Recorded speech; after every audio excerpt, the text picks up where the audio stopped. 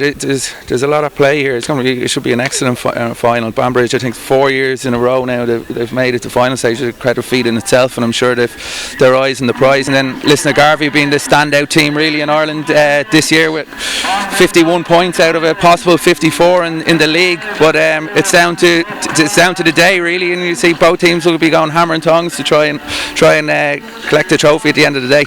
I think also being the inaugural Champions Trophy in terms of the top club team that has to go through a playoff system as well, it's actually a nice one to win as well, because it'll be the first one, you know, so you always want to try and get your name on that first trophy. It's been a good national league. I think the quality's been there. A lot of teams have beaten each other, but Garvey, to be fair, have run away with it in the first part of it, winning the league itself. Yeah, I mean, absolutely phenomenal record.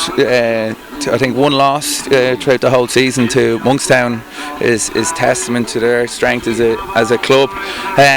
We also, you know, you've touched on it there. It is the inaugural All Ireland League, and I know you probably have strong opinions on whether it's been a success or this current model is progress from what would have been a regional type model. I know from coaching in it, it's been fantastic every week to have to go out and you're really testing your coaching and your players, and I suppose the standard of each game has been really, really high.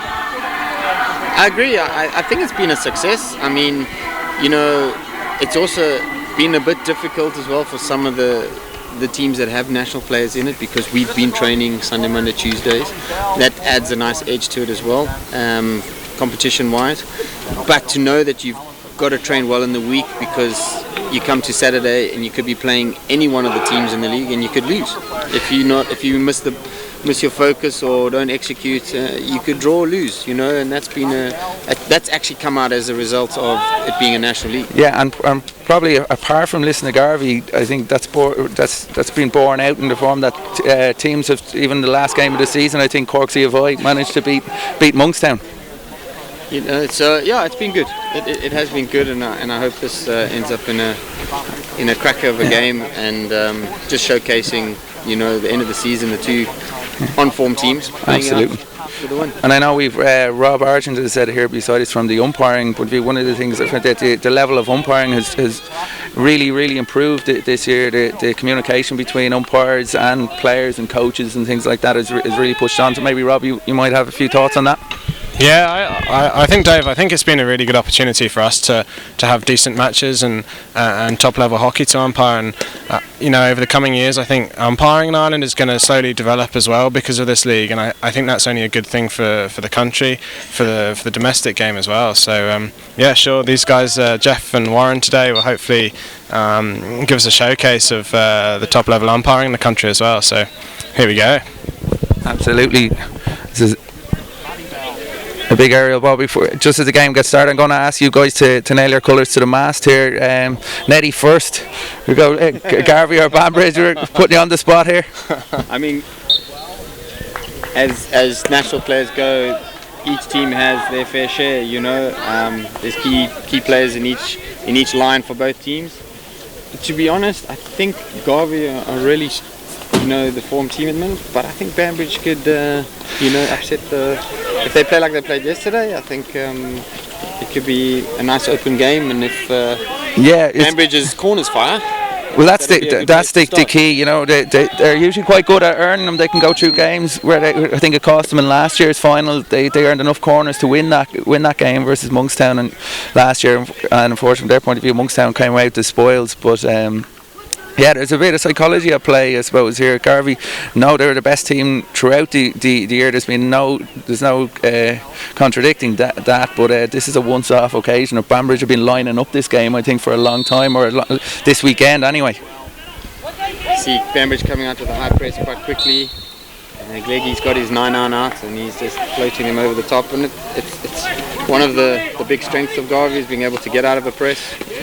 Yeah. So we'll see how long Banbridge keep that high press up for.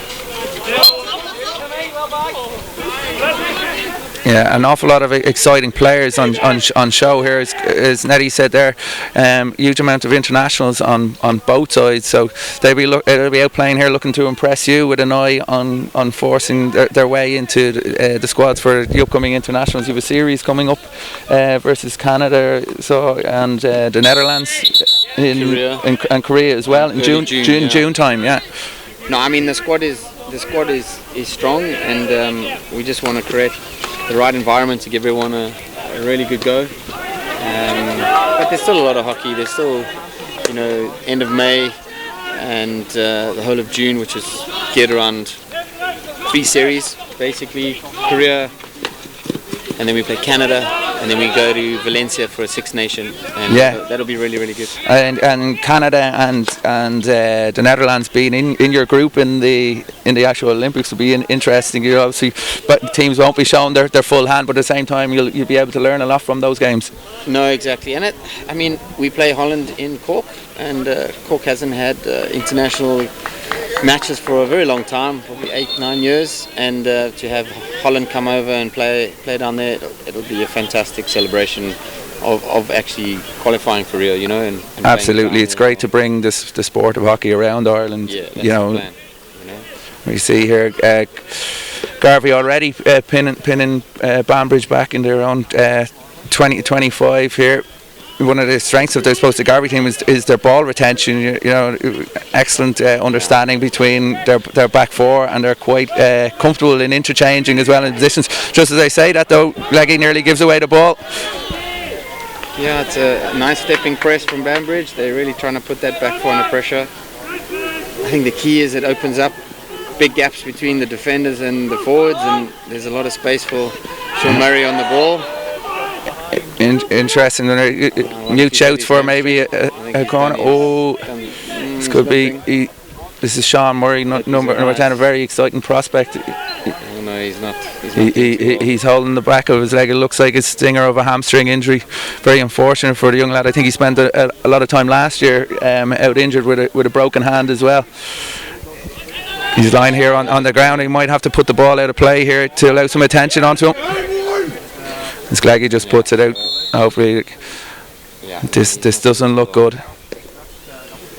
Just take it easy. He doesn't have to go. No, I think unfortunately Sean's quite a big loss for them in the midfield, the way they like to play. Yeah, it's be the linchpin there for them in midfield in terms of distribution. He called it there straight away. You saw him just popped down, on him. Yeah, as he went down, he just kind of, I think he maybe overextended and just ended up. Yeah, you see, I think he knows himself. He's gone off here. He's extremely disappointed. You got to feel for the young guy. As you said, he's one of the reasons, I suppose, why Lisnagarvey been so dominant this year. He really has done well in that midfield sector. Yeah, he's an exciting talent coming through, and we've seen a lot of him this year, and it's really promising for the future. Yeah. If he just keeps playing and keeps progressing, he's definitely one for the future. Yeah, well, hopefully he bounces back quick from this. You can see that. Goose on the ball. Tackled by Peter Brown. Peter Brown looked to go on the counter, and it got extremely speedy.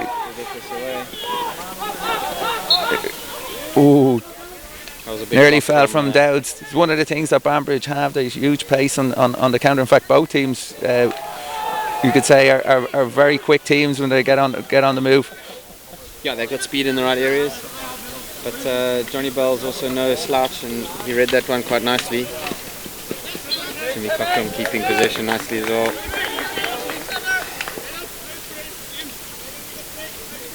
There it goes. Didn't quite execute it. Yeah, it was a tough ask to an aerial cross, looking for a crossfield aerial all the way there to on Russian left back, didn't make it.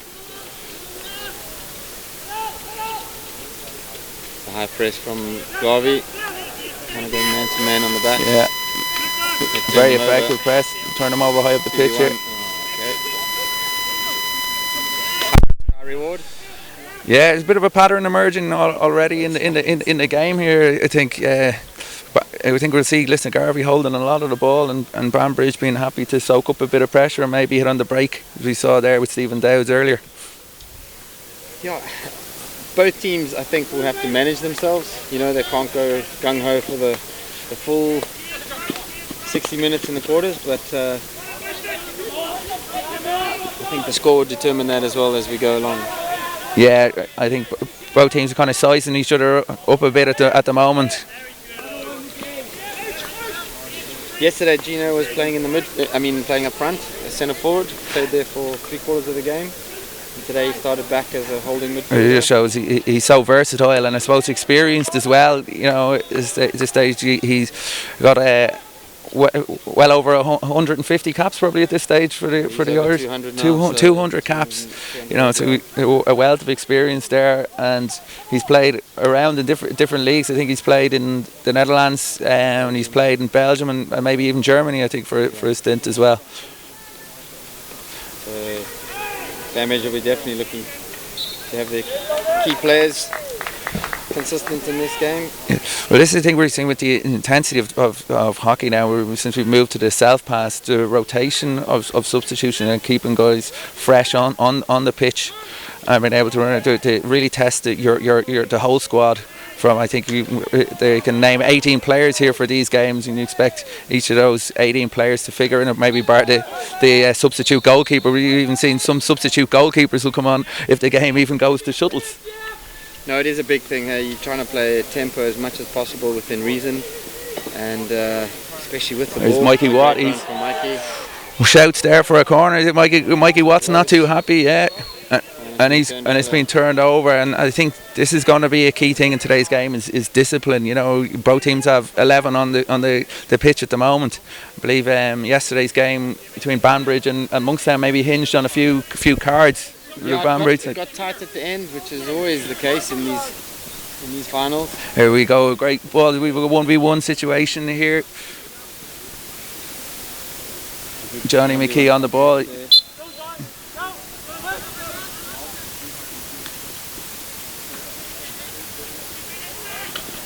Ooh, good physical challenge there from Mikey Watt. It's left Eugene feeling his fingers, I think.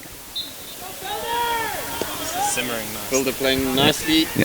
Under pressure. We might bring in the umpire at this stage. Rob, there's a couple of shouts there for corners along the way. Something you see, we don't see cards at some stage, and some short corner calls from outside the dig. This is simmering away nicely. The boys are working hard. They're getting the whistles in. They're trying to keep boys on the pitch, and you know it's a big game for them. And we as umpires understand their frustrations as well. So it's just about trying to guide them through the game and try and keep them on the pitch as much as possible, but discipline, as you say, is going to be key here, so it'll be very interesting. We're both very experienced umpires as well. You can see Warren McCulley setting a stall out there with Mikey Watt, you know, immediately reversing this decision due to a bit of back chat. Another very good aerial there from Gleggy. There's another one on here. Side. That's 2 aerials in a row. Yeah. In the D. Ooh. Well. Said miss-hit ones are the best off, and that nearly caught Art Lennox out. I think the big thing was, you know, Banbridge are playing high, so there is big distances, and rightly so, if you can get it over the top at times with overlap. Same on the opposite side now. Turnover. This will be interesting. Ooh. Big shout here. Shouts for a stroke. It's ended up in a short corner. I don't think so. I think that was a fair blow. Yeah, fair decision. It's a short corner. Probably be disappointed. There was an opportunity there to slip a by. Should have really been a goal. Yeah. That's one of the things you consider Garvey are quite good at in those situations. Quick, tight passing over 5 metres.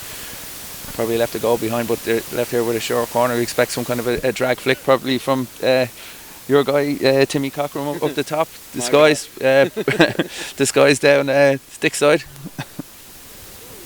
Yeah, I would hedge you'd go high for Timmy in these kind of games. He's always known. So let's see. You know, himself and Garrett Lennox be no strangers to each other anyway. They've faced each other on numerous occasions. And I think it's Josh Moffat His running ball a out. It decent is run as not a well. clean trap, and a deflection caught us all out. Everybody expecting the drag flick, including ourselves, and an easy deflection. Yeah, there was no pressure on him really, because either. yeah, It kind of bobbled, and I think that lined up nicely. There was two runners coming nice and high to the top. yeah. Mikey Wada, Well well executed executed corner. corner, nicely paced from Timmy Cockram, looking for the deflection all the way through, because it wasn't a clean trap, and he did very well to get it so accurate to Mikey Wada, who had just laid the blade on it to deflect it by Garrett Lennox. Exactly. This is a very key phase now within the next minute or so. Yeah, we're just counting down here. We're 4.5 minutes to quarter time. So I often say you're most vulnerable just after you've scored a goal, and we've seen it here that immediately Lisnagarvey on their back foot. Maybe the goal might wake up Banbridge a bit, who've been happy up to now to kind of soak up the bit of pressure.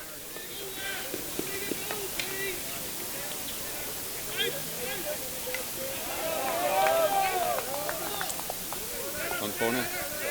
It's been given as a long corner. Yeah, Lorimer thought he made a clean tackle off the Banbridge and went out over the line.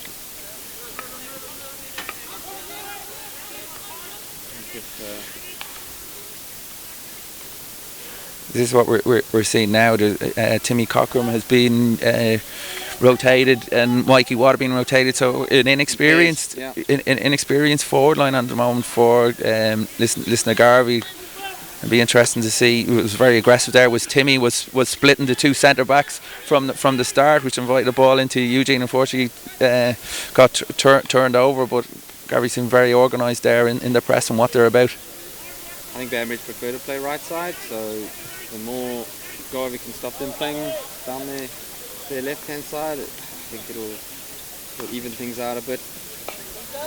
But Bruno at right side, if he can get in behind, and he might have an opportunity here. Start running it and not just delivering from there. I think it'll be a better tactic for them, just to get in behind the advantage line. Garvey just shuttling and dealing with ball on the outside, no real threat to them. Yeah. Here we go, looking to step up now and keep him on the left hand side here. Done a good job, almost. So open up. A great receive. And see here Dowd's looking already to free the right hand side. Here we go. Right coming back and playing nicely in the pocket. This is what I'm talking about. If Bruno and Matty both get in behind the line. What they're trying to do here, Craig, is maybe get in around the baseline, get in around them on the right hand side. Probably playing deep, so it's actually working out for them. Yeah, and they've two very, very tough defenders in the centre there, where it's going to be very hard to get any change going down the centre. Lisnagarvey with Leggy and Johnny Bell, they're two really tough and uncompromising tacklers. Yeah, they like it when you play direct ball at them, you know. Yeah. So see how you can see Banbridge's plan is. There goes James Lama over the top, and there it goes again. Drew stepping in. The ball gets played again. Good tempo, and they're in the 25. And then the D running from it. This is where the Banbridge have nobody hideout. They're really pressing themselves here. They're dropping constantly back to. It's going to be hard to hit on the counter if you don't have players in the other half. Did you say that? Yeah. Free out there. At the moment, a lot of double turnovers. We're looking for mistakes. Yeah, there's a lot of tough tackling out there. You're trying to break lines and spread the play. We haven't seen too much transfer in pressurised situations. Very direct at the moment, yeah. Which is good. It's exciting. Oftentimes, but it does add to a lot of turnovers and a bit of scrappy play at times. So. Yeah, interesting here. This is the kind of areas where we're only seeing transfer is back deeper in the half. I think Bruce will be a key player for Banbridge today. He scored 2 good goals yesterday, and he ends up as a fourth forward, coming through from the midfield. And he kind of roams all over the place, and if you leave him, he could end up on the end of a 3-on-2 and being the extra man. Again, a player like Eugene, huge versatility to his game, because remember last year and the years before he played a lot at left back, whereas now, as you mentioned, he's popping up with goals up the other end. There we go with the quarter time hooter, and the score is Lisnagarvey 1, Banbridge 0. So a few of the stats at the moment, I would say we're looking at what's been passed down to us. Banbridge have 13 25 circle entries to Garvey's 8. Garvey have 3 solid goal scoring opportunities. Banbridge have one PC each, and the score is 1-0 in the first 15. Yeah, I mean, it's interesting there.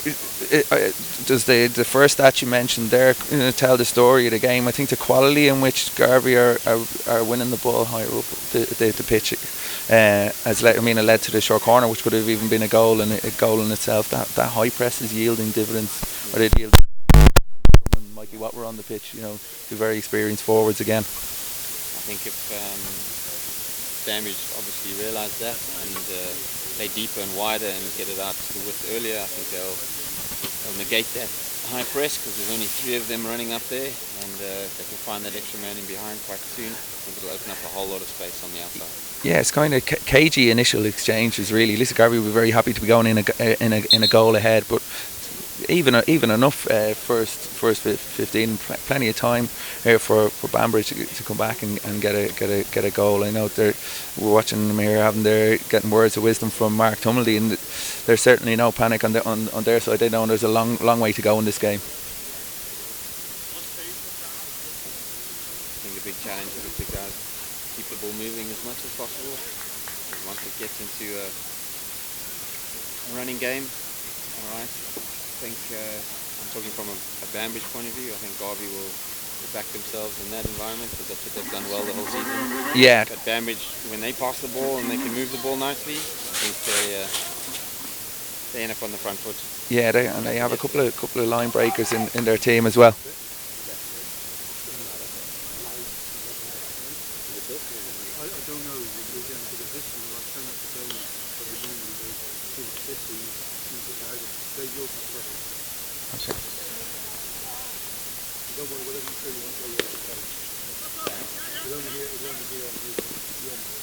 Okay. Talking here earlier, Nettie, the ability of defenders to throw aerial balls, even they don't necessarily have to be 50-60 metres, but it's the effectiveness of how they use them. We see Garvey here always looking to overload right and left back. The use of Johnny Bell and Gleggy throwing these little aerials that can put a team on the back foot straight away. Very hard to deal with. We've seen it again, used to get to the baseline. I suppose now with the new rule of being able to take the ball down over your head has even brought that into dimension even more. I mean, the 3D dynamic in hockey in general is just improving all the time, so if you don't use it and other teams do, you end up on the back foot at times trying to press, and suddenly they can throw 50 yards out the back or sideways, 20 yards, and they keep the ball and they keep it moving. So it is important to be able to do it.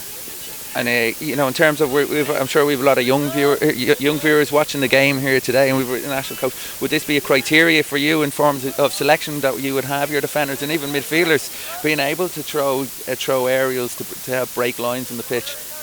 It is really important. I mean, the modern game is geared around teams that press and high press, and the ability for you to manage that for long periods of time, and from right to left sides of the field and left to right and on the 45. All geared around the technical ability to throw aerials. And you can even see it, in terms of controlling score lines and times within the game, and getting your team rest when the other team maybe has a period of dominance. I think being able to throw the ball. And Gino's just been caught out with a lazy foot there, green card. We'll have our umpire come in and maybe explain that green card. Yeah, it's a lazy foot, and when you see someone that moves their foot without their stride, their stride changes just to win the ball, then we have to deal with them. But Banbridge straight on a counter-attack here as well, so a nice advantage from Jeff. See if we can create an attempt here. There we are, so a nice advantage leading to a corner, so sure, we'll see what happens here. A good advantage. You say it was interesting. They were talking about a lazy foot. I think Gleggy did an initial defending there. Giving a free just outside the way. Happy enough to give away a foot, but a very good advantage from the umpire Jeff Conn there. It's led to a corner. There's a bit of dispute around it. I think the big thing there was Owen McGee came through and took the ball off Johnny Bell and caused a great counter. Gleggy came into the counter defence and you can really actually see in the with really good defences, in terms of being able to score when you have the ball. Now you're looking to create kind of attacking opportunities when you don't have the ball with pressing up high. You saw Garvey got their goal here, and we're looking at a short corner situation again from a turnover high up in the opposition's half. See where they go. It's a good flick out, and it's hit. I think James Lorimer on the knee on the line, and he's feeling that one as well. So we no dispute there. Oftentimes you see a guy get hit on the line, and umpire may be unsure whether it's a stick or a shin guard or a knee. I think when it has that dead thud, that sound, that it's horrible not a shin sound, guard and it's not a stick. So unfortunately, hope he's alright. It's great. He's up. So he's just getting his breath back. That was Matthew Bell, I think, with the flick on trap one, and Garvey keeping their player back on the line. Maybe James was a little bit unsighted there. There can be runners that can block your line. I've seen James at other stages take balls off the line. I think they have Johnny Bell on the other side, who's quite proficient as well at blocking down and being an aid to his goalkeeper. You see here, I think Stephen Dowd is stepping up to take the penalty stroke.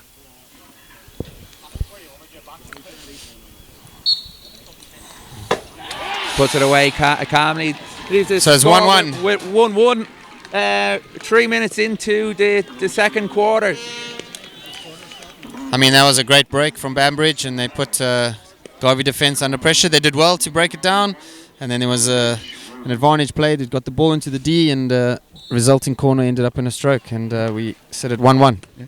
Two very similar situations kind of in the lead up to both goals as well. Turnovers again high up the pitch, leading to corners, led in that situation to a penalty stroke put away by Stephen Dowd.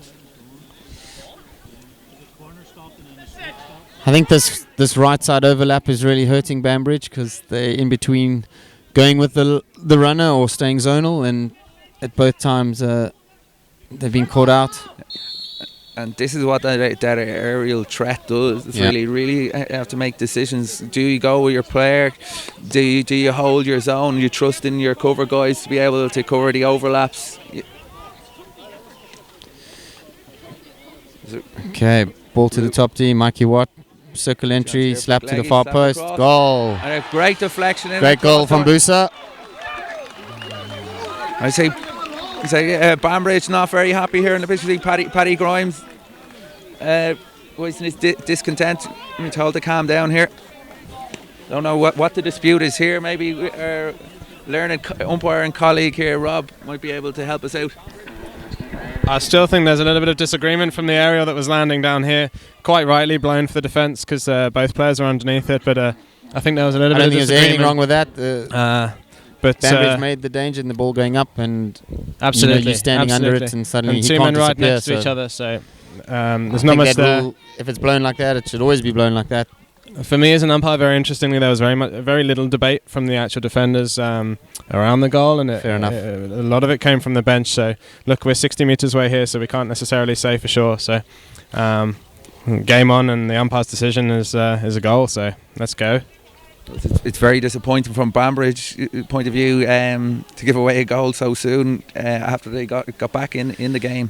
And again, it was a route within one, that 2 minutes again. Yeah, so it was a route one ball played by Neil Glassy, and I think it was intercepted by a Banbridge player, and he just lost it very quickly. Then again, the ball arrived to Paul Gleghorn on the right hand side of the D. Excellent sweep across the goal, and great commitment there. I think from Daniel Booster sliding in at the back post. He got his right hand down and a nice deflection to the roof of the net. Advantage Garvey. I think it's nice to know that your centre back is in the D. Maybe James took that one on the knee, so he's not as mobile as he would like to be. So Gleggy took over the reins and ended up in the D. And this is what they're good at, is actually getting players kind of ghosting forward and not being picked up in those situations. James Lorimer entering into the midfield now. Yeah. this is something really a feature, I suppose, of the modern game. The players have got to be comfortable in playing nearly in all lines of the pitch. It's exactly what it is. If you're going to play 3 at the back, 4 up front, 4 in the midfield, it doesn't matter. You know, you're playing hockey, so you got to be able to move the ball into space, and all the technical ability around it is key, you know. Ray's ball into Eugene there, who's returned from the card.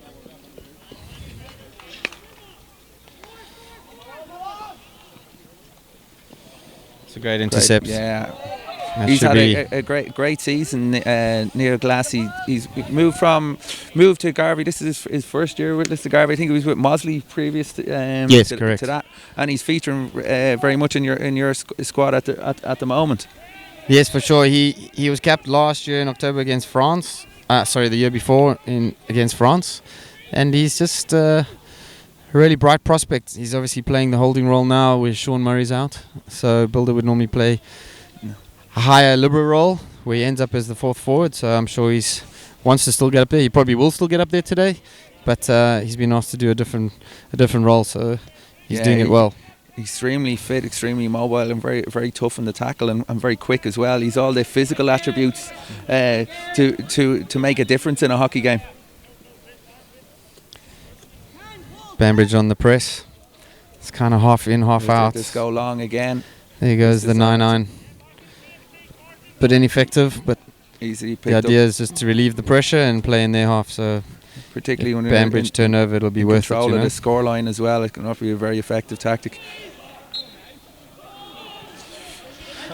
I see Banbridge are getting a little bit irate here. They want to be careful just to keep their discipline in check, you know, both for their own minds and their own game, but also keep players on the pitch.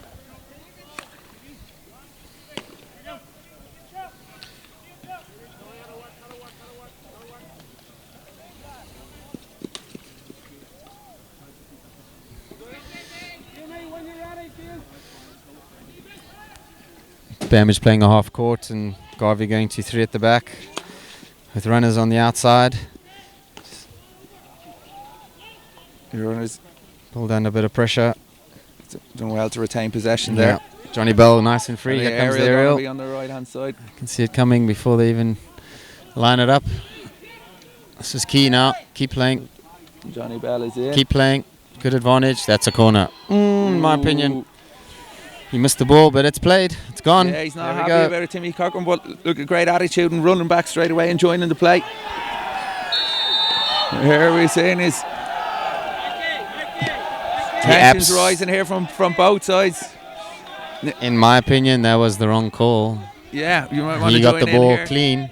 This is coming down to something that we're becoming more and more familiar with from the world stage. Unfortunately, that is the wording of inevitable contact. And yes, the debate from the Simbin player there is that he won the ball. Yes, he did win the ball, but unfortunately, he takes the player as well. If you take the player, unfortunately, even if you didn't mean to, it's a dangerous tackle, and therefore it's a 10-minute yellow card. So, quite rightly, it's inevitable contact. Yes, he won the ball, but it's still a foul. And this is something that I think players need to learn more and more. That yes, you can win it, but it's more important that we keep the safety of the players there.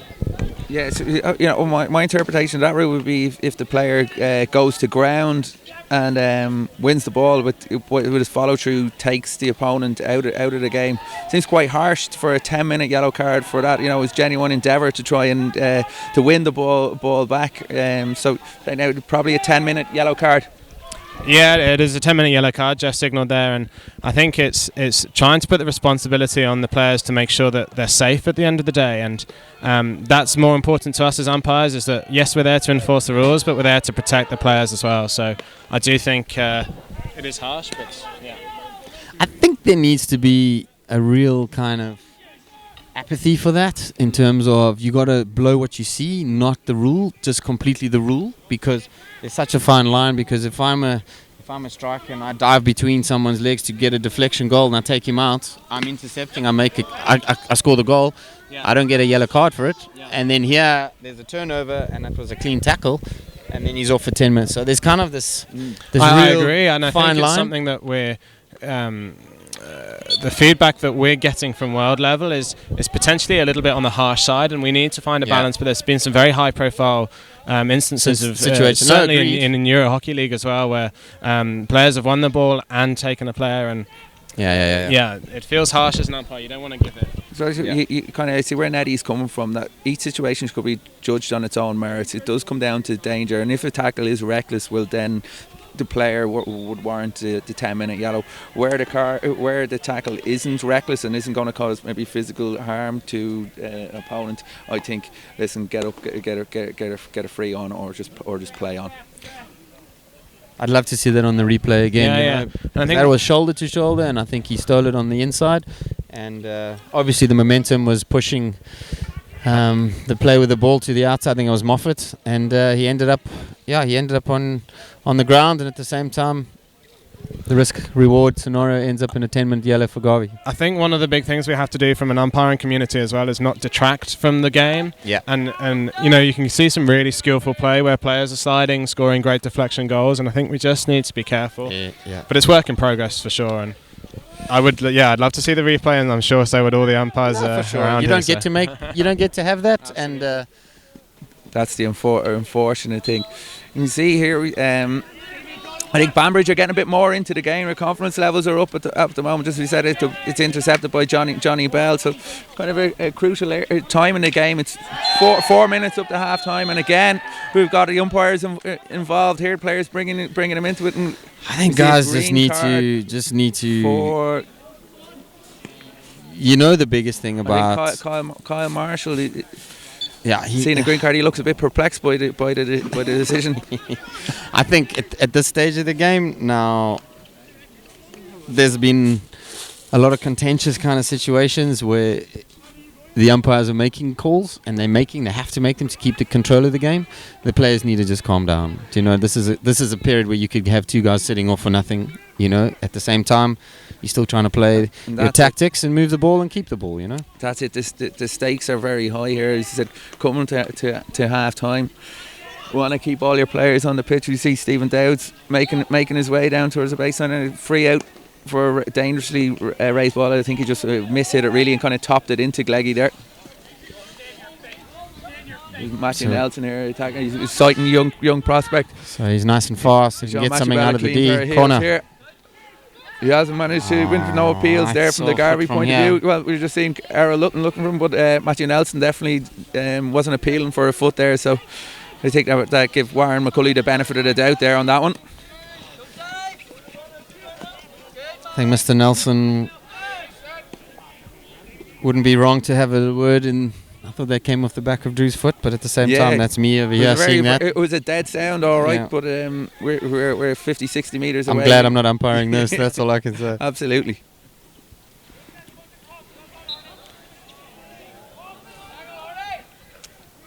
Game's gone very cagey again. It's quite compact out there. Garvey obviously looking to bring the 2-1 scoreline into half time with 2 minutes to go. And 10v10 now. It also changes the shape a bit depending on which way they're playing it, and Banbridge still playing with back four. And you see Bruno there on the right hand side. You were mentioning him earlier, that they like to come in the right hand side. One thing, Garvey have shut down that area quite well. Yeah, they've kind of offset and made them play left. Yeah. And this next 2 minutes will be key. That should be Garvey ball, and it's play. They can transfer this and get it going. Very good tackle. Back. A minute and a half to go before half time. If Garvey can get a corner. Yeah, these are the kind of power play situations. So Banbridge back to 11. Garvey still down. I think Boulder's still off. He will be off for I think on merit the 2-1 scoreline is deserved here for Garvey. Probably controlled most of the play. Yeah, I think Banbridge had probably had more ball in key areas, but the efficiency of Lisnagarvey has put them in the lead at the moment. So coming into half time, I wouldn't say that both teams will be changing too much. it's just how efficient they are on the 25 and in the D with the opportunities they get. You know, free just outside given away by with Bruce 40 McCandless. seconds to go. We've seen this maybe moved and cracked into the D. Going out. Yeah, I think James here it Lorimer comes. here. Well taken out by Bruce McCandless.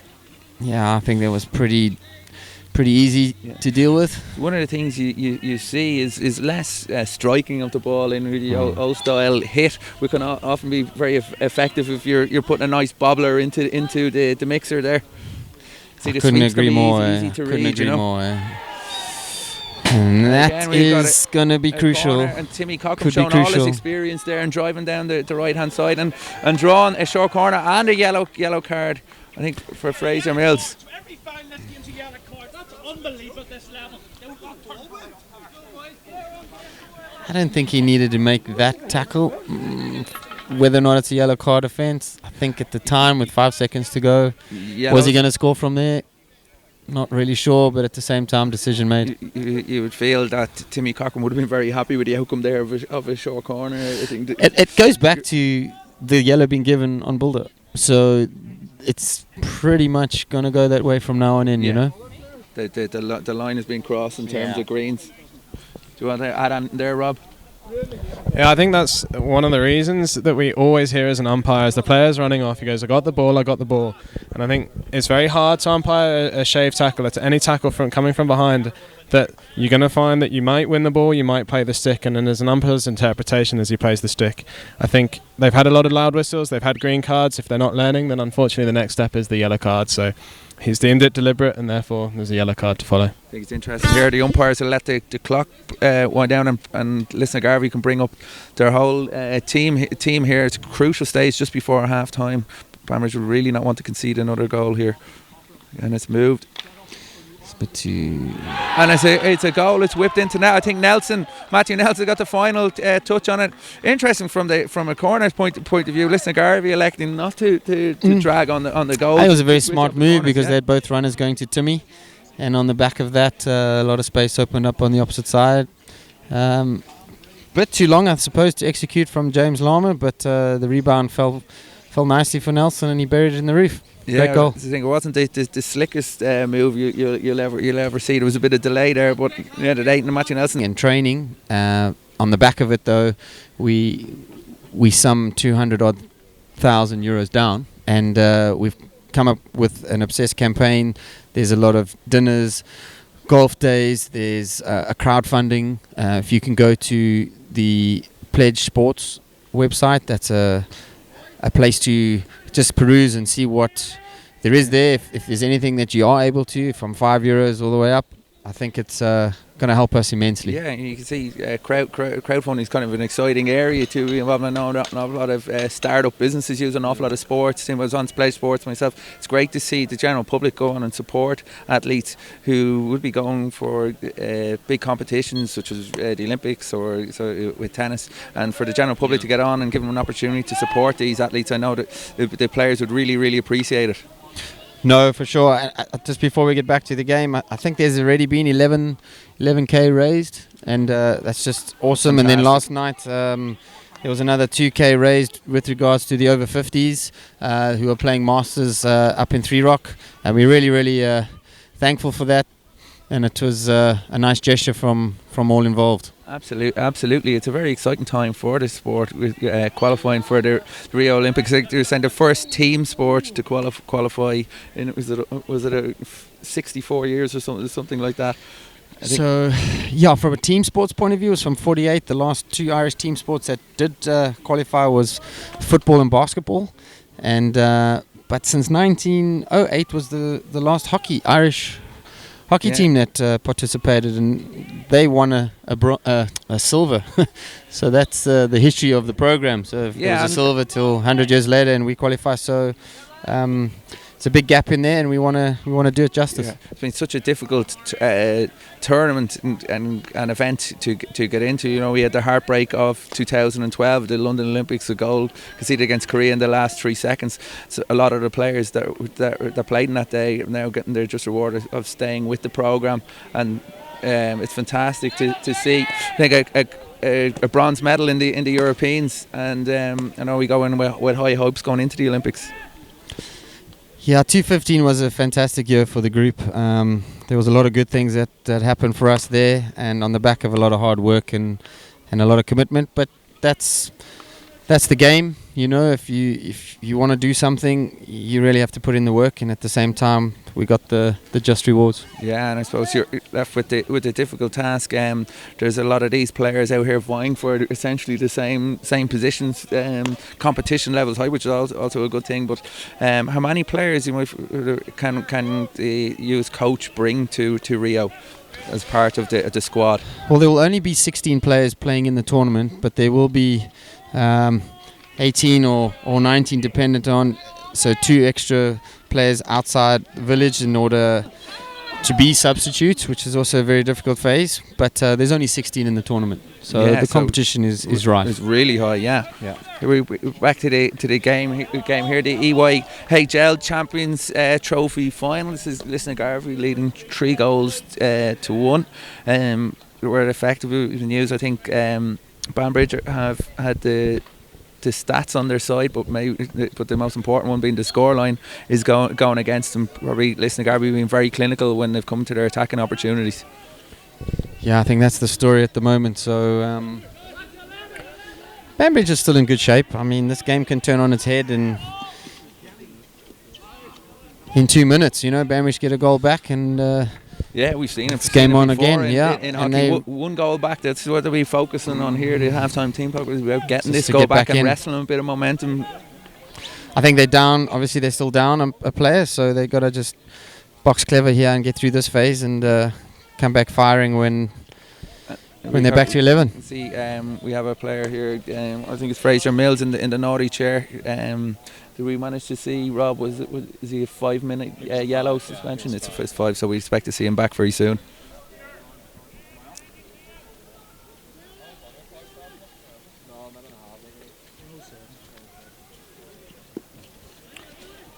Hearing here that there's a minute left on his 5-minute suspension.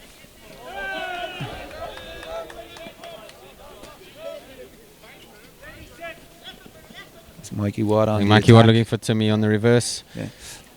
These two has been a feature. They obviously know each other from the Irish setup, but this year Mikey joined Lisnagarvey. I think previous to that he was playing in England. Was it for Surbiton? Correct. Yeah.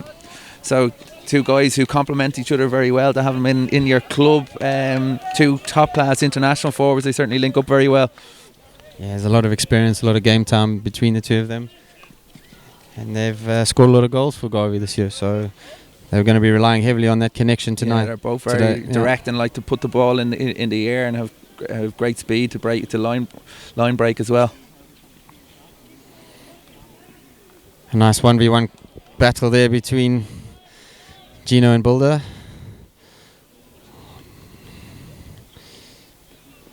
Fizzles out from Banbridge point of view. Great. They retain Matthew Bell. There's a lot of space on this side. You think will happen here, Craig? You see, Lisnagarvey, will they be happy to sit back, will control the scoreline and hit on the break, or will they go to finish off the game? Yeah, I'd hope they would. I really hope they would. I'd hope that mindset would come through, that they would come through the line, and especially now that Banbridge have to come. You know, if they could just keep them under pressure in the right areas and not let them build phases of play.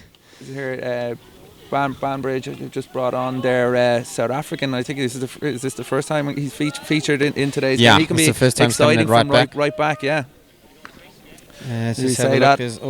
Very important touch there from Petey Brown to deflect it away from the Lisnagarvey attacker.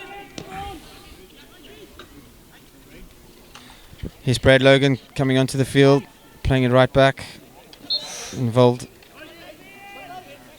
I think he's had a really good experience playing in the league. Yeah, you're from South Africa yourself, and would have played for Pembroke for a number of years. It's a feature we see an awful lot of South African players playing in the leagues here in Ireland. Yeah, it's a nice opportunity, and anyone in that, you know, from wherever around the world, we need to just get more quality players into the league. It'll be a great thing for everyone involved. Brad's come out, Yeah, Rob's just mentioned there Shannon Boucher for Glenanne. I think he's been the top goal scorer in the EYHL this year. I think he actually even missed the first 4 games, which just shows what a talent he is. I'm sure you wouldn't mind having him at your disposal. I'm sure. Yes, he had a cracker season, and he pretty much scored 80% of Glenanne's goals and offset pieces and field goals. So it was great to have him. It was a nice signing for Joe Brennan and his Glenanne team. I think we're seeing this is going to probably be a feature of the league, is actually getting more international players into the league can only benefit things. Now in Railway, James Dick as well. I think he finished 3rd in the scoring charts. You know, was very effective goal scorer.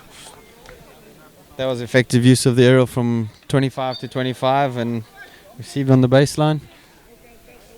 Yeah, it's a key feature of the game here, really, of Lisnagarvey's game. That the ease in which they're able to throw aerial balls to start attacks or to get themselves out of trouble.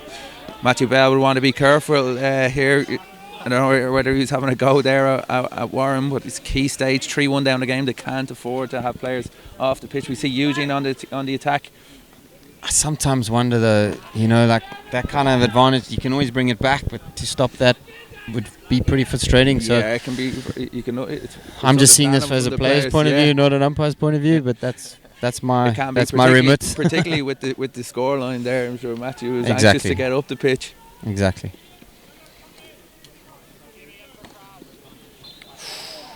Close there from Stevie Dowes. I think it was hit his shin guard. 6 minutes to go.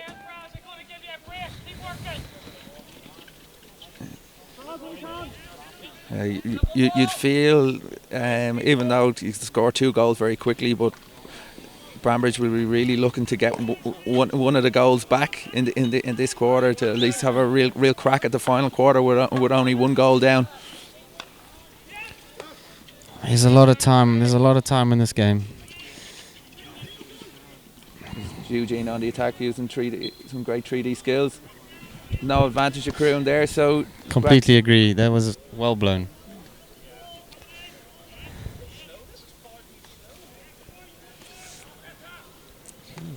See, Banbridge have really pushed Lisnagarvey back here. It'd be interesting to see. I think the only future is things like this with balls across from the wide channels. It's very hard to take on Lisnagarvey down the middle with the strength that they have there. Even there with Eugene getting the ball 3D, they're happy enough to give away foul and free hits that don't result in cards. You know, they're very comfortable in that part of the game. I think Garvey's strength at the moment is if there's a slow transition or it stays in the outside channels, they're just getting numbers around the ball and killing the momentum. And another big aerial here to Booser again. We see here just in front of us 2 key Garvey men who just rested, ready to come back into the fray. Timmy Cockram here and Mikey Watt. Here we see Matthew Nelson making his way off.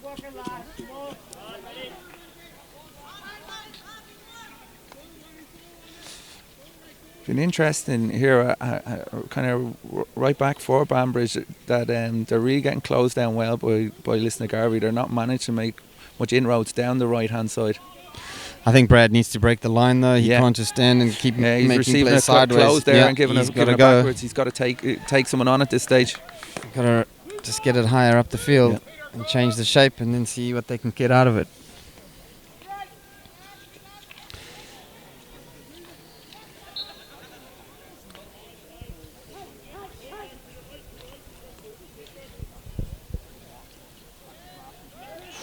Looked like you a didn't foot see there, that one, yeah. Either so they got to make it work for them. Be interesting here. Johnny McKee on the attack, lovely pull inside. Almost a fantastic goal. Yeah, it would have been an excellent effort. I think he tried to he was hoping there that the keeper would go to ground and he just sliced it over him. Yeah. Goalkeeper John Tormey did extremely well there, stood up tall.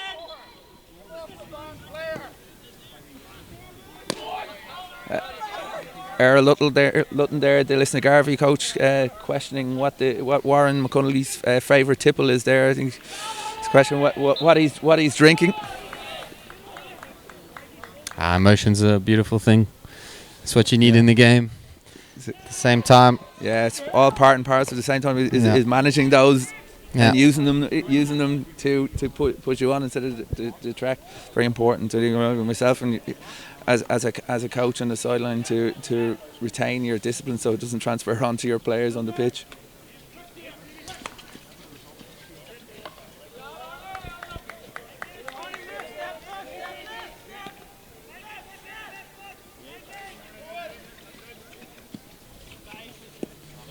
Oh, both players missing it there. Petey Brown was disappointed if he'd received that being away. great play. We're getting to 2 minutes to go to the three-quarter time, Craig. What players have impressed you here today? Who have been the real key standout players so far in the game? Just watching this attack down the right-hand side. I think it's ended up in a 16 hit out. I mean, in the first 45 minutes, I would say, from a Garvey's point of view, our builder's done a good job in the middle just to keep things ticking over. Mikey Watt and Timmy up front have kept the momentum and the pressure on with and without the ball. I think from Kyle Marshall's done really well on the outside at left back. He's come through now. Jamie Wright as well. He can retain possession nicely. I think Jamie Wright scored actually the winning goal in the Senior Cup final. True. Last year is another exciting prospect. These are all guys that would be in under 21 kind of category, ready to make maybe to make a step after the Olympic. This current Olympic cycle is over. And then our usual suspects of Matty Bell and Gino and Drew in the Banbridge team.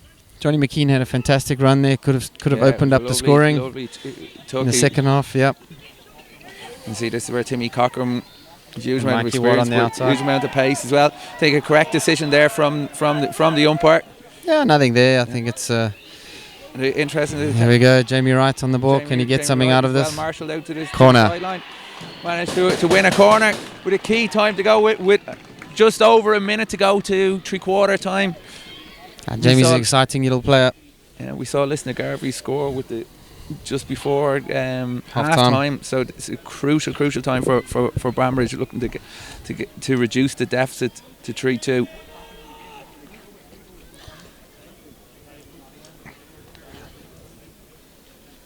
So the last corner resulted in a stroke to Banbridge. Matthew Bell drag flicked it onto the knee, I think, of James Larmer. See, we've Eugene McGee on here as well. He wasn't on for that corner. True. I don't see Matthew Bell up here. He's actually back halfway on the line. So it's Dowdsy and Gino on the top. This is going to rely heavily on Builder's first wave running. If you can get there. Out to Dowds. And Builder runs it down nicely. Great one running by number 16, Neil Glassy. Excellent block out. These guys who are able to block down corners are worth their weight in gold to teams. Certainly his goalkeeper will be thanking him anyway. No, it's a massive part of the game, and when you get it right in key moments, it just keeps the belief alive, you know. Absolutely, and there's raw speed involved, but also real determination to make that block and bravery, because with the speeds and that the hockey ball travel can do a bit of damage, but not a lot of the runners these days are able to get a stick on the ball and look to block down side to the goal for their goalkeeper. Stevie Dowds just played a ball in there that wasn't 5 and was contested. Could have been a corner. Probably the right decision was made. And there's the hooter for a three-quarter time. Says Lisnagarvey going in 3 goals to 1 up. 15 minutes. If they manage to hold out, they'll be the EY champions of the first inaugural All-Ireland Hockey League. I think stats after that, these first 3 quarters are pretty even. It's 7 circle entries each and 5 goal scoring opportunities to Garvey and 5 to Banbridge. So it's level pegging with 15 to go in the stats department, but the score sits at 3-1. You on into the fourth quarter, really put Lisnagarvey under pressure, who will in turn be very dangerous on the break, and that will need consideration. You see Eugene here not happy with some of the decisions. I think if they lose focus now and self-destruct with 15 minutes to go, they'll just be have themselves to blame. But this is still a good squad. They've got a lot going for them, and they get back in it. It's game on. It'll go right down to the wire. Yeah, we see 2 goals scored in a minute, especially with the short corner. It can be all about getting outcomes in that day. You can even hear Eugene here encouraging his players that they can still manage to recover the scoreline. Big time. This is far from over. It's been a game, I suppose, of limited attacking chances. There's been even few corners. Both teams been particularly Lisnagarvey, been very, very effective with their corner attack. But the defences have been really on top, and you'd expect that with the level of international players that are out there for both sides, are situated in the defensive areas. I think it's also about the level of composure in those areas. Yeah. You can get up to speed quite quickly, but it's decision making under pressure, which is going to obviously count. At the end of the day, you've only got 60 minutes to get it right, and I think Garvey been put under pressure in that last 5 minutes or so, and hopefully Banbridge get a goal. If they get the next goal, I think the next goal is crucial in this game. If it goes Banbridge's way, it's game on. If Garvey happen to...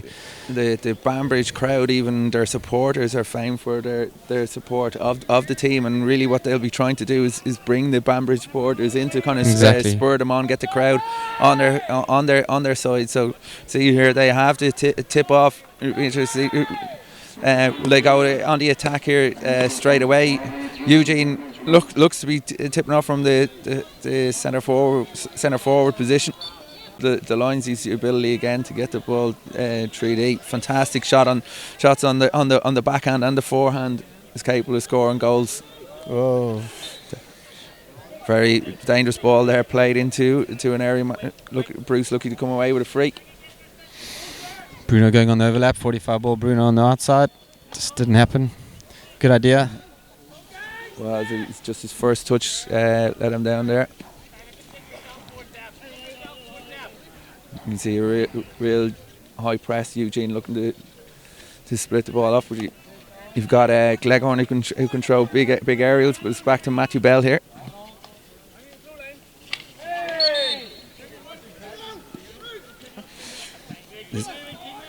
I think what Banbridge need to do now is in the transition areas between winning the free and taking it quicker. He's going to be crucial. Yeah, and playing forward, there's an opportunity there to pass the ball forward to Eugene. Again, from that right back area. Nice neat play coming out of the defence there from Banbridge. Very sure play there from Johnny Bell to take down the area.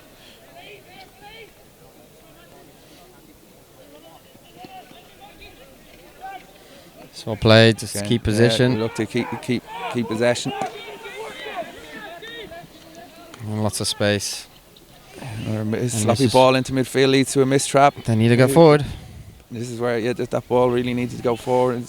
Good. So get it to baseline.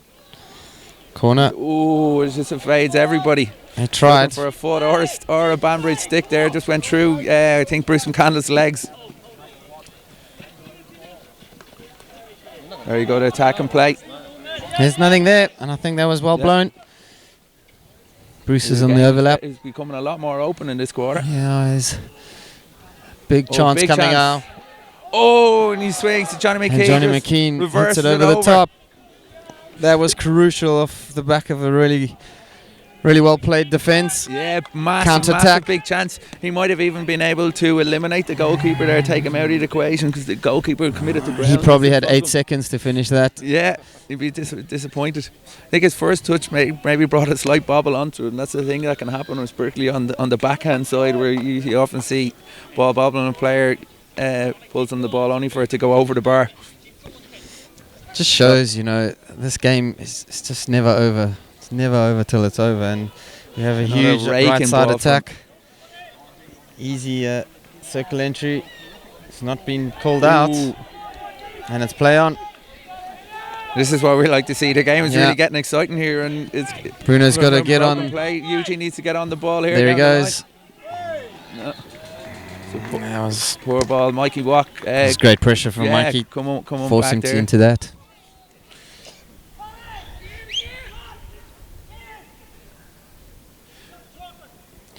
You see Earl Lutton, I think, Lisnagarvey coach barking orders at his players there to play. Wants to open the space to play to the opposite side, and there it goes.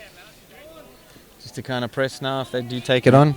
And it says it will be interesting to see. This ball has gone out in the corner. Yeah. Are they going they're full pressing on their opposite side. Yeah. It's kind of they're half in, half out. It's not really. 3/4. Let's see.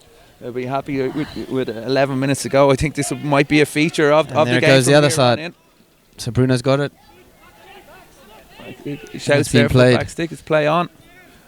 Ball is with Stevie. That's great play. And again. Can they get something? Ooh. Ball Can't just creeped out over the baseline. Warren McCulley blowing a wide ball. Again, this ball will go to Gleghorn. He's surprised if it doesn't go long. See, they're leaving some space on the flanks. I think they need to keep the ball out of the back here, Garvey. If they can just get it out to the opposite side, there we go.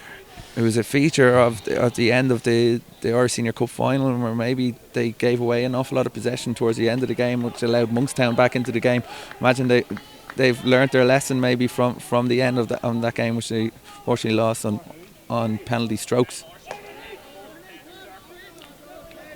Just going back to that last phase, there was an important intercept from Carl. Timmy Cockram on the ball. He's drew a free hit there from his international colleague Matthew Bell. I think it's a long corner. Yeah. It's deflected out over the baseline.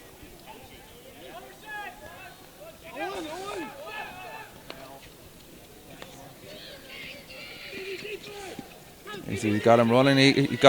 Gleghorn has got isolated here. Good double team from Bruce McCandless, but Lisnagarvey come away with the sideline ball. Yeah, I think the tactic's working to stop Garvey playing right and to force it in this left-hand side, and then man marking the outside half and leaving Cleggy to make all the distribution decisions. But they're just trying to go man-to-man and rob them, and they've done it again. Here we go, and again, we've robbed them here again in Lisnagarvey's left-hand side.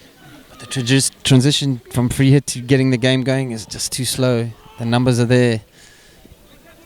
Garvey doing a really good job of slowing it down. I suppose this is the frustrating thing. Banbridge are really on top here at the moment. We're frustrated. Maybe they gave Lisnagarvey too much respect, but it's be hard to play at this tempo for the whole game. Great little reverse ball there from Eugene into Matthew Bell. Still retains possession. You see, there's a wall here of Lisnagarvey defenders in front of Banbridge. This is a really good phase for them. On a poor touch again. I think the ball just took a bobble just before Brown's stick.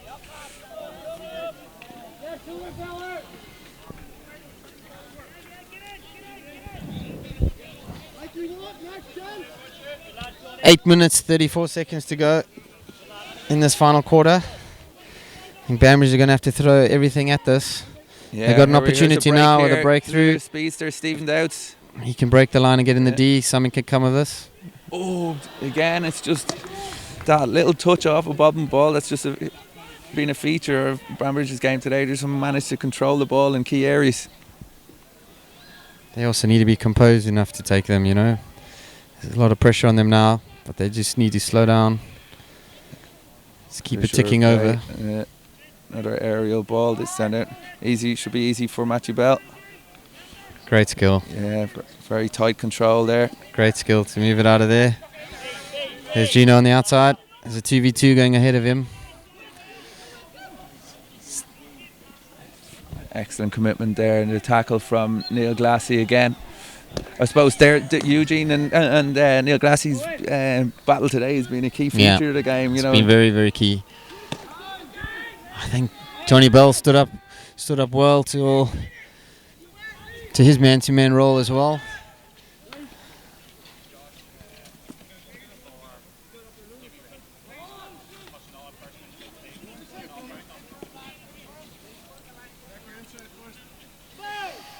James Lamer's free.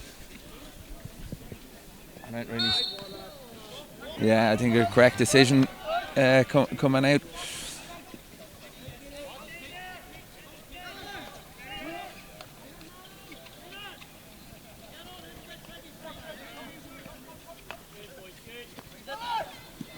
Up and over. This is a crucial take. Oh, great And ball. Gina's got it. Or have he?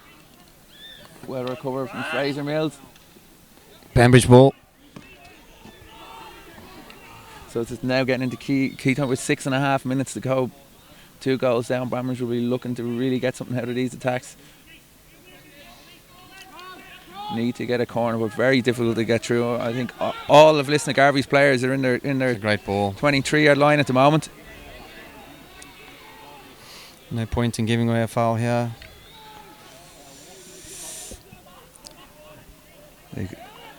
Garvey ball. We'll see a high press.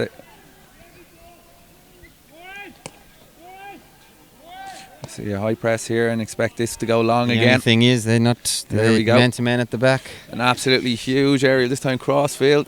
Again taken with ease by Matthew Bell. Keeper might be coming off as well now. Yeah. I don't think there's anything in that. They're taking the keeper off. Just under 6 minutes to go. We've seen Garrett Lennox make way, and Banbridge are bringing on an extra outfielder. See Matthew Bell here getting the kicking back duties. Yeah, I think it's a good call. I think if they can... They've had a lot of ball here. Garvey under a lot of pressure, giving a lot of ball away. I like this tactic. I think if they could just stay calm, make sure that they make the field as big as possible and keep the ball moving, Garvey will have to their decisions around stepping to intercept and holding back will be crucial. You think with that aerial that with that Brock Leghorn has as well, with the Banbridge keeper now vacating the play, he'll be looking to release some of his forwards. You see here Timmy Cochrane again and Mikey Watt ready to come in and probably see out the game with 5.5 minutes to go. There we want to alert to a ball over the top. Massive opportunity here to transfer and get the ball to the right hand side. They just have to a bit more patience, and the breakthrough's there. Corner. It's a short corner, ball goes through. Fantastic. You Great see the skill. crowd really getting involved here in Banbridge. I have to say, Banbridge have really put on a great show here. We got a grandstand here, massive turnout. It's great to see a club put on such a good show. Massive volunteers here in the car park. No, it's great to see a club. Quite a few like people this. in the bar. Yeah. No, it is spectacular. It is a great spectacle, and Banbridge, hats off to them, and IHA have pulled this off very nicely. It'll be even better if this goes in. Absolutely. And we end up with the cracker last Last 5 minutes. Last corner went out to Stevie Dowes, who was blocked down by Glassy. I don't think he is on the pitch. I think Daniel No, Booser so will be Bruce first is running one, and we've got interested Twiggy to on the see if head this side. goes to Eugene McGee. Again, very proficient with the drag flick. And it has. And That's going to be something. We're looking at a stroke. Oh, this is contentious. This is going to be a stroke. Let's hand over to our... Yeah. This is as difficult as they come. Let's go, Rob. You got to earn your corn here. What did you see there? Cheers, lads. I think the debate is very much about where the ball was going. So the difficulty from Warren's side is that he needs to decide on the angle in which the ball was going after the deflection.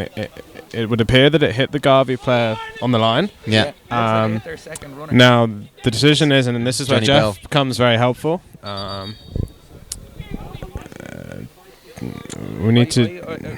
I'd actually think it's a short. It's a penalty stroke. I think the deflection there would have taken out the goal. I think so too. The angle I'm looking at, I assume that they've gone to a corner. He's given a free out. Now, it will seem very controversial, but the reason that a free out would be given in this situation, if the ball is going wide and it's from a deflection, then it would be deemed dangerous. So if the ball's not on target, wide, if it's going wide. So you obviously saw it going wide. Yeah, so if Jeff feels it's going wide, who has the best angle on the pitch, which is why we stand there, then it is a free out. And it may seem controversial, but it can only really be a stroke or a free out. I think from a Banbridge point of view, they're looking for a stroke. It's obviously, in their eyes, on target, and now ends up off target and a free out. instinctively. Yeah, it's a tough goal. I know. You can see Mark Tumbley not very happy with the decision. To me, it looked like looked like a stroke, but again, maybe the angle I had from this position is you'd like to think Jeff in the middle of the pitch is the best view of it. Absolutely, and unfortunately, there's a little bit of a misunderstanding. Then the Banbridge bench feel it must be a corner. However, they don't. If the shots is not going on target, then it has to be dangerous. It's like anywhere else on the pitch. Here we go. I think this could be something special if we can get it away. Run. And that's a corner. It's a short corner. And I think there's going to be something interesting. There's going to be a few extras here because Jeff Cohn getting involved.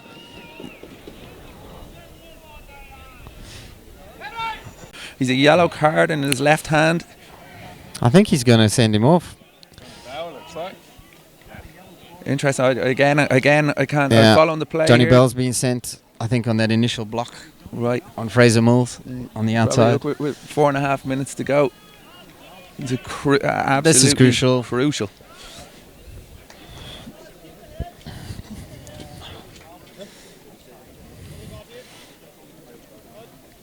You can cut this atmosphere here with a knife right now in the last 2 minutes of what's just happened. Very tense stuff. If this goes in, it'll be a great place for this final to end. In terms of, from a spectator's point of view, can they execute? He hasn't. He's topped. It's still in the D. Very good, committed defending there. Long corner from number 5, Richard Arnold. There it is. Gino's on. And again, well defended. Neil Glassy in the way. Kind of looked like it went straight in, no? Yeah. I don't know if it went 5, but it's a close call. As with everything, especially at this time of the game. We won't argue. We just want to see a bit of drama here for the end of the game. Bruce is free on the outside right. To get a goal back. Johnny McKean is in and goal time. And a short corner. Due to a little nudge in the back there from number 19, Mark McNeilis for Lisnagarvey. Just getting a little nudge on Pete Brown. He did well to just I think Eugene stop him getting a shot away, to be fair. So he lifted his head and didn't manage to get enough purchase on the ball. I think he's trying to rip that thing so hard. Yeah. That's what happens. Dowdsy's on.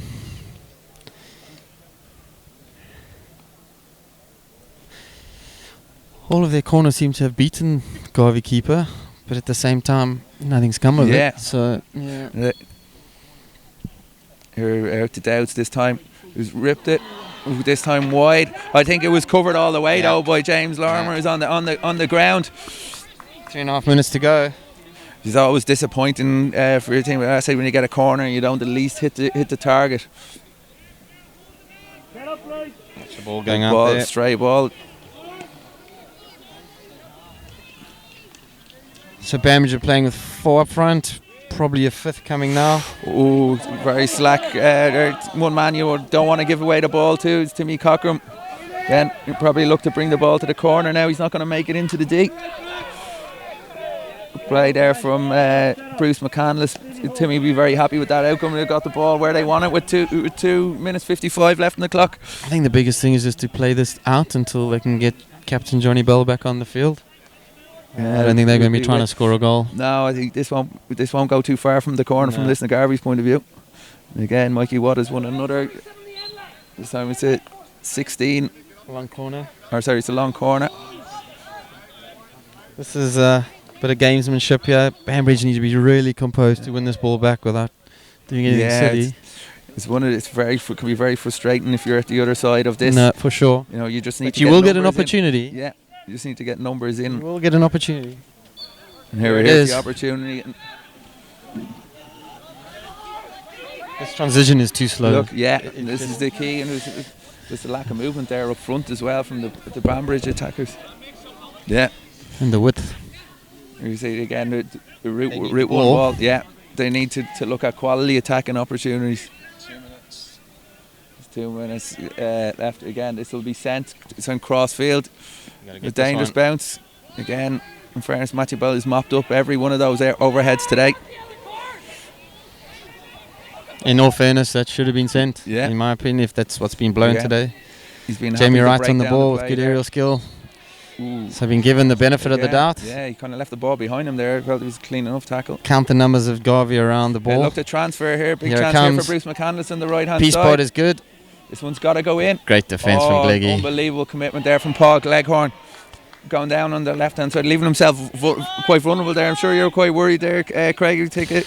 No, Gleggy's Gleggy. You know, that's his game. Can't tell him to do anything different. You know, and that's what makes him one of our best defenders. You know. Yeah, you've seen that firsthand yourself. I think in the European Championships, or in terms where he played, I think with a really bad shoulder injury, and one of your key, most committed defenders.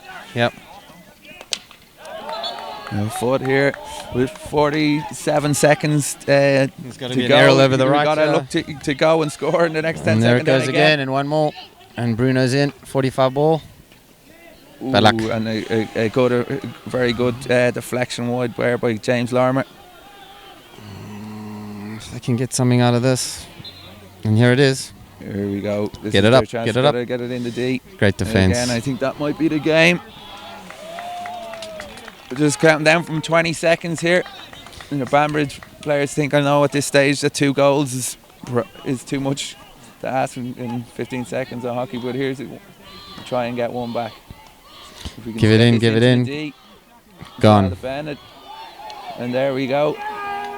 Easy. And Mikey Watton, there we go. Lisnagarvey are the EYHL All-Ireland hockey champions. And in fairness, on Mayor probably deserving. They are the most effective team today. Very well organised. Again, steamrolled their way through the league campaign with 17 wins out of 18. Banbridge will be disappointed that they didn't make more of the possession that they had, and particularly in quarters 3 and 4. But overall, your thoughts, Craig? I think it came down at a period. The first half, Garvey did really well. Third quarter, it was quite tight. Fourth quarter, 3-1. Banbridge had nothing to lose. And as soon as they took the keeper off, it changed the dynamic. They won their corners. There was a huge decision between a stroke and a 16, and I think it hinged on that. Had that gone Banbridge way, as it didn't, I'm just sitting on the fence here because I can. And I think it was close. It was a great game, and fair play to Garvey for getting the goals when they did, and for Banbridge for, with 5-6 minutes to go, to throw everything at it to try and get a result. Yeah, I mean, there was a key moment, pivotal moment with that.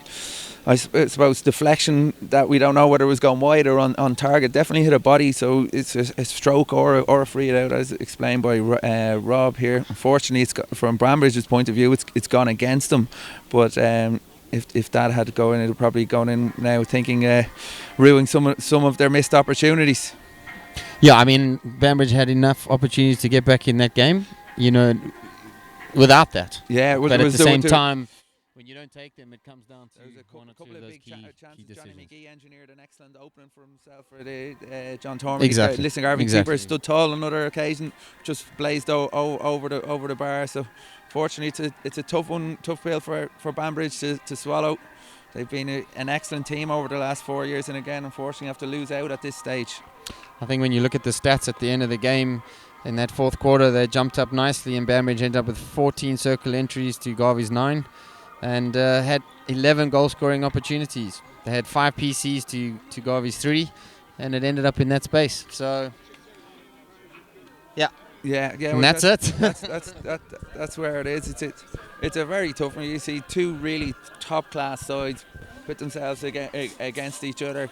They feel sorry for the loser, but there has to be a winner. And I suppose over the course of the season, there's Lisnagarvey being the standout team, it's probably fitting that they take away the prize. So good news, and maybe scant consolation at this stage, is I think that Banbridge will also now qualify for Europe.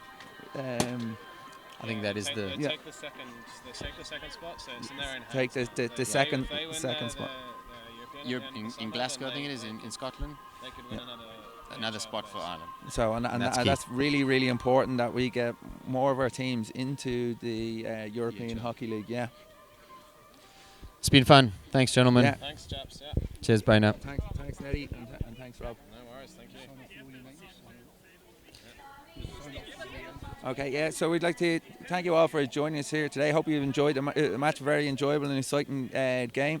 My name is David Bain, and just want to thank my co-commentators, Craig Neddy Fulton, international coach here, and it's great to have you with us, and who's given us great insight into the umpiring decisions, very clear for viewers as well, is Rob Argent as well. So Rob, thank you very much. Thanks for the opportunity. And we'd like to thank one last shout out to EY, our sponsors here for the inaugural Irish Hockey League. It's been great to get sponsorship in the team, and I think they've witnessed a very, very exciting final and an excellent product. Certainly reflects well on the game of hockey in Ireland. So we'll leave you there, and congratulations to Lisnagarvey on their great win. They've been a fantastic side, and hard luck again to Banbridge.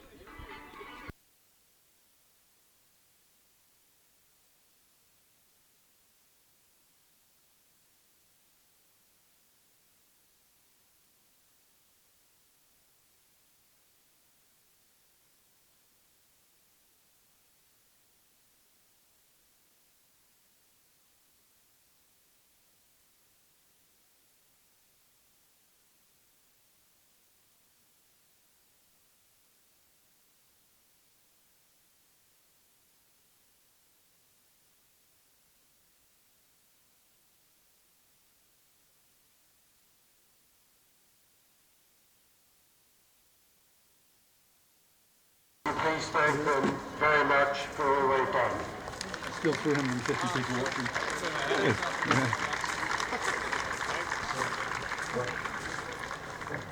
I'm also accompanied by Percy Henchy, President of the Leinster branch, and I'm grateful to see him here to support EYHL and Champions Trophy. But he did remark to me, he stayed up from Leinster to see us to play hockey. I wouldn't comment on that. Please also welcome the players, managers and coaches who played in today's final, and thank them for a competitive, compelling and interesting final. Well done to both sets of players.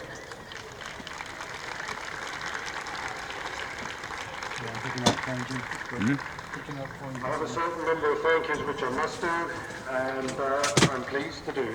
To Karen Burrell and all the officials, Carol's our CEO, thank you very much. To the umpires for today's final and throughout the whole tournament, again, I thank you very much. To the Border Patrol who kept things running, another really good job done. To the EY working group, people who took the dream and took it forward. And that, the whole group, are led by their chairman, Ian Cooper, and ably assisted by Ian McDonald. And we owe them a great thanks for having produced a season of top-class hockey. Thank you, Ian, and Ian.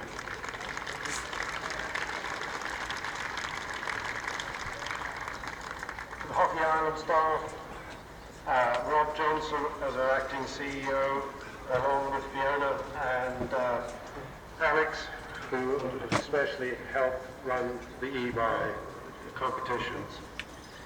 Again, thank you very much. To the volunteers here at Banbridge, I think that everybody who's been a spectator or a player here, you should give those volunteers a great round of applause. Fantastic effort.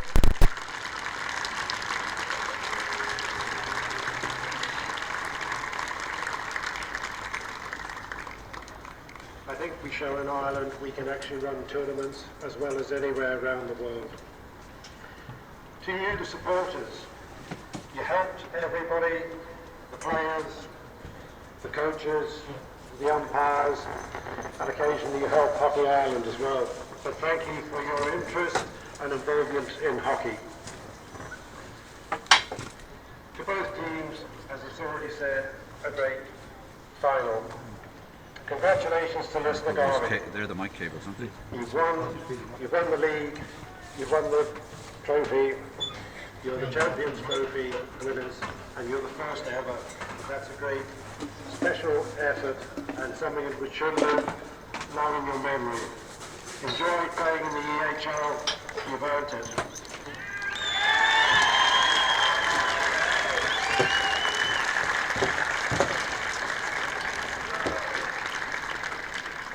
Congratulations to Banbridge, but you've achieved so much this season, yet you deserve a very special mention, and we wish you well in Europe when you play again. You'll be there in Glasgow in May, and can I take this opportunity to wish all the Irish clubs playing in Europe through the summer all the best.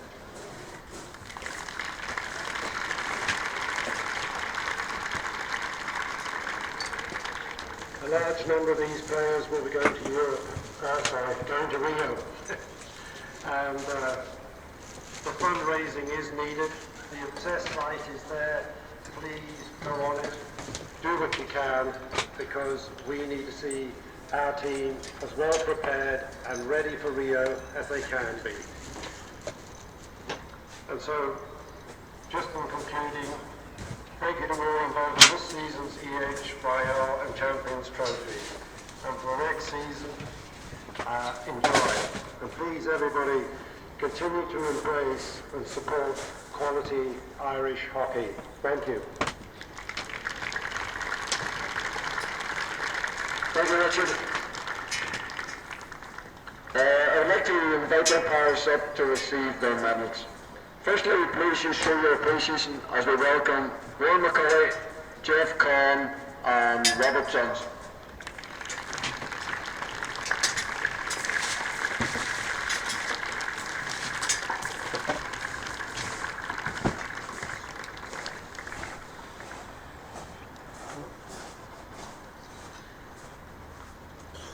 Well done, man.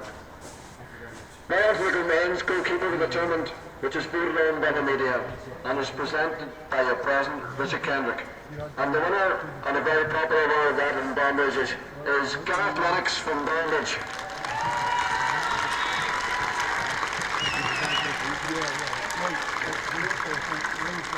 Well done, Lenny. We will now present the Jimmy O'Connor Award, which is for the outstanding player of the tournament, men and ladies. Voted on again by the media, and the winner from Hornells is Anna O'Flanagan.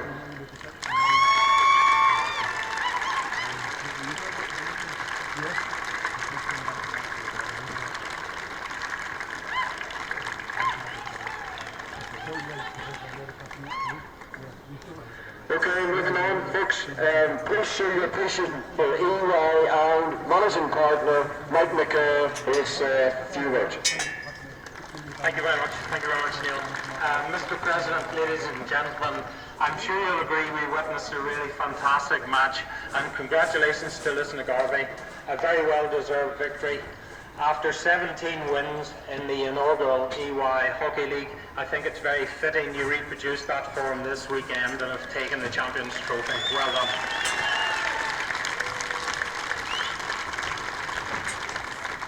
To Banbridge, commiserations. I thought the home crowd were going to lift you, and it's on such fine margins that these matches are dictated. The card is nearly but full. I have to say, I thought your effort in the third and fourth quarter were really fine. amazing. So commiserations, I'm sure you'll come back stronger next year. Well done to you.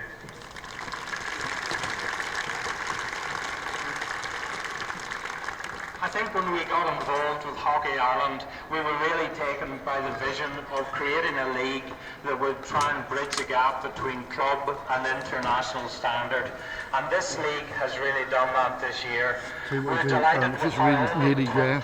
He's shut it off and just get the and our sponsorship has gone a small way towards really making that possible. Okay, will I do that then? Yeah. It's also shared.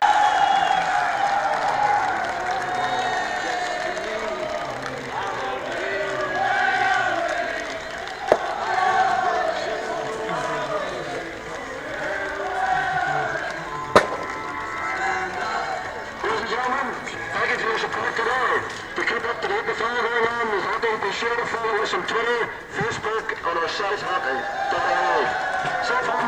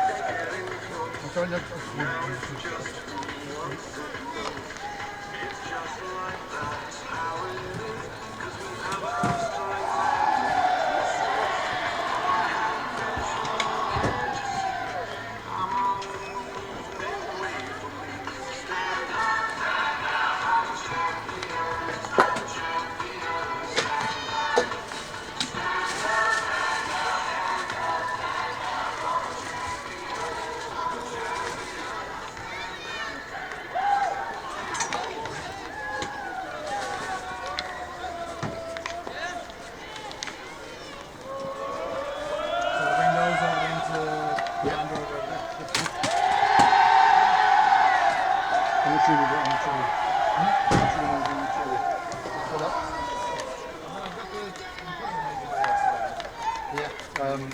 just wondered if you get one of these on, you can't, it's all stacked out. Yeah, that'll do for now. That's great. Oh, this is yep, it's actually by the white tent in the first car park there. Yep.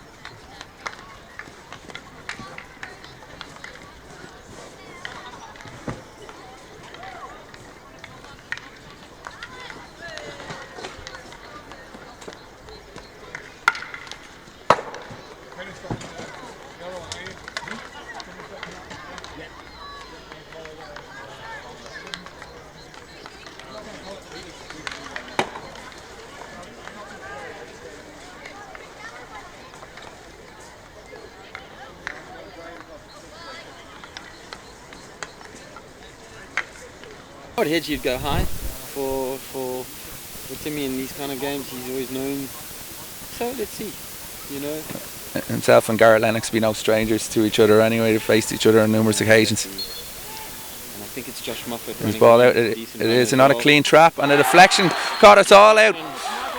Everybody expecting the drag flick, including ourselves, and an easy deflection. Yeah, there was no pressure on him really because yeah, kind of bobbled, and I think that lined up nicely. There was two. In your cover guys to be able to cover the overlaps. Okay, ball to the top D. Mikey Watt, circle entry, slap to the far post, goal. And a great deflection. Great goal from Busa. I say Banbridge not very happy here in the picture. Paddy Grimes voicing his discontent. I'm told to calm down here. Don't know what the dispute is here as well. Blocking down and being an aid to his goalkeeper. You see here, I think Stephen Dowd is stepping up to take the penalty stroke.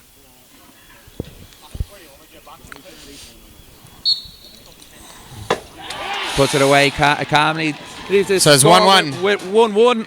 Here the umpires will let the clock wind down, and Lisnagarvey can bring up their whole team here. It's a crucial stage just before half time. Banbridge will really not want to concede another goal here, and it's moved. And it's a goal. It's whipped into now. I think Matthew Nelson got the final touch on it. Interesting from a corner's point of view. Lisnagarvey electing not to drag on the goal. It was a very smart move because they had both runners going